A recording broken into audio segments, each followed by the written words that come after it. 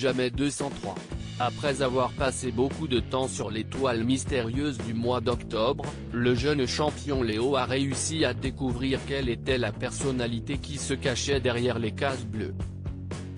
Ce dimanche 1er novembre, le maître des 12 coups de midi a été obligé d'attendre que toutes les cases soient découvertes afin de proposer le nom de Lily Rose Depp.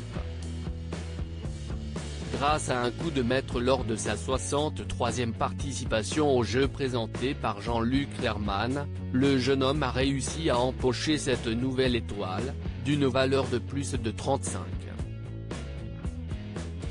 000 €. La troisième depuis son arrivée sur le plateau, puisqu'il avait déjà trouvé Mathieu Chédid, alias M puis Thomas Pesquet.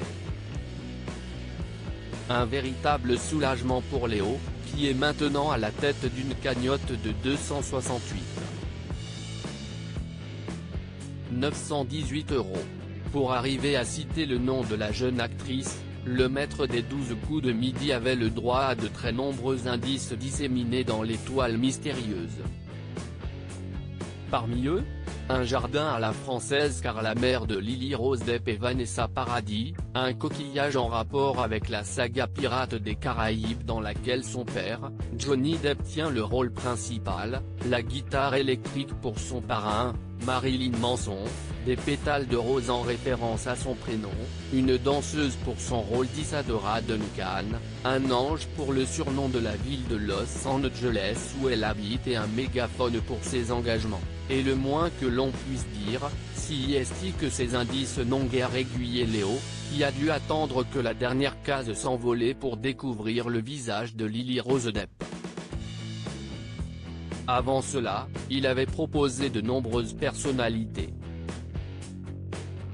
Léo va se confronter à une nouvelle étoile désormais à la tête d'une impressionnante cagnotte, le maître de midi des 12 coups de midi va pouvoir y réaliser ses rêves.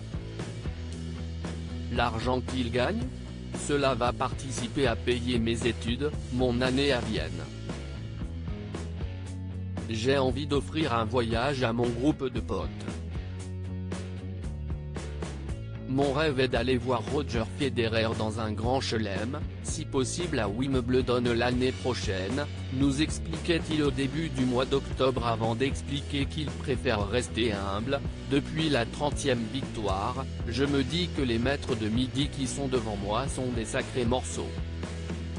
Léo, jeune homme originaire de Saint-Lô et étudiant à Sciences Po, sera donc de retour lundi 2 novembre, avec une nouvelle étoile mystérieuse à découvrir.